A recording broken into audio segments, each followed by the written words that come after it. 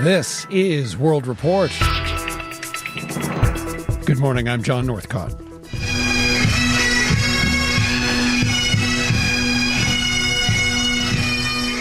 A pipe band from Kelowna, BC is in the Netherlands for the 80th anniversary of that country's liberation during the Second World War.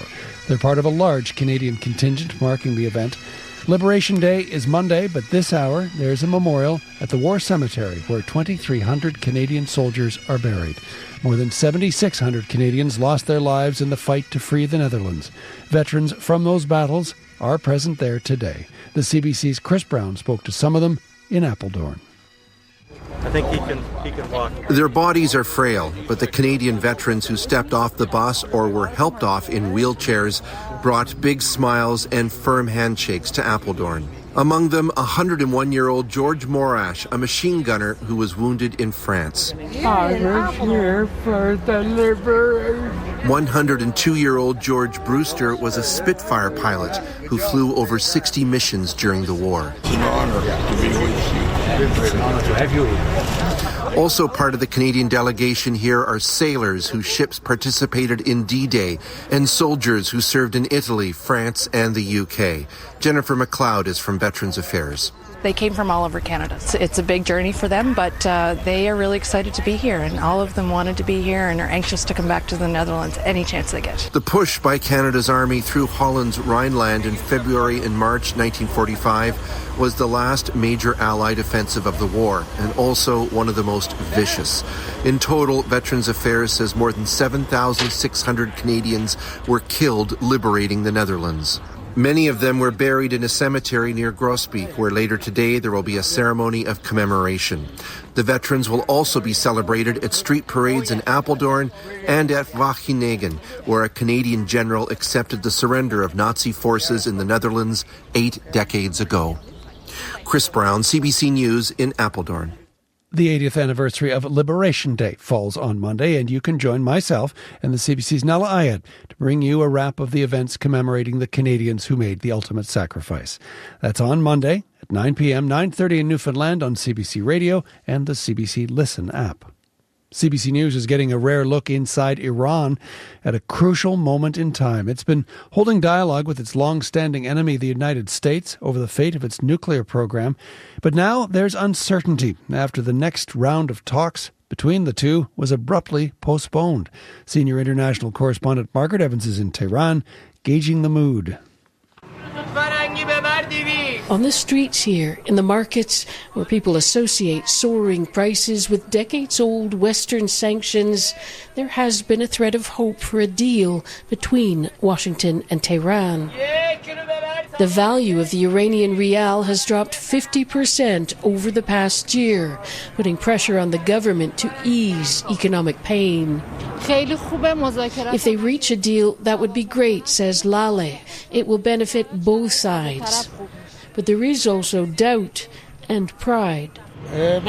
My opinion is negative, says printer Mojtaba Abrushami. Does he want them to make a deal or not? Generally, we like Iran to have relations with all countries, he says. But the question is, at what price? U.S. President Donald Trump's earlier threats to bomb Iran haven't helped, although senior officials here downplay them. Ali Shamkhani is a political advisor to Iran's supreme leader, Ali Khamenei. Within Trump's 100 days in office, he has been unsuccessful in many of his projects, he says, in the tariff war against Canada, in Ukraine, even Yemen. He says he's neither pessimistic nor optimistic. The outline of a deal would aim to limit Iran's nuclear program in exchange for sanctions relief, much like the agreement Trump pulled out of in 2018 during his first presidency. Analysts here, including Sasan Karimi, say the first 3 rounds of talks between the old foes have been positive, but not yet substantive. It shows that they both have enough political will to do so. But this was only the first phase. And with new tensions emerging this week and a delay in the next round of talks, the worry is that that political will has already been used up. Margaret Evans, CBC News, Tehran. Die AfD ist als gesichert rechtsextremistische Partei einzustufen. Germany's Interior Minister Nancy Faeser announcing the country's spy agency has classified the Alternative for Germany party as extremist. AfD came second to the country's most recent election. Faeser is now warning the party represents a threat to democracy. She's pointing to its members' previous comments targeting migrants and Muslims. AfD says it's all an attempt to undermine the democratic process. Activists say their Gaza-bound aid ship has been hit by a drone strike off the coast of Malta. It's about to head to the Palestinian territory with a load of humanitarian aid. Well, it's now 2 months since Israeli authorities imposed a blockade on any aid trying to enter Gaza. Israel says it's necessary to pressure Hamas to free hostages. Anna Cunningham has more. The moment pro-Gaza activists claim their aid ship was hit by a drone strike. The vessel was part of an activist group called the Freedom Flotilla. It was due to dock in Malta before travelling to Gaza. Amongst those waiting to board was the Swedish campaigner Greta Thunberg. This attack caused an explosion and major damage to the vessel, which made it impossible to continue the mission. All on board were rescued by Maltese authorities. No one was injured. There is growing concern about the impact of Israel's 2-month blockade of Gaza. The reality here is that we are breaking the bodies and the minds of the children of Gaza. A visibly angry Michael Ryan, Deputy Director of the World Health Organization, speaking Thursday at the UN's headquarters in Geneva. Israel has previously denied that Gaza is facing a hunger crisis. It says the blockade is designed to pressure Hamas to free remaining Israeli hostages and end this war.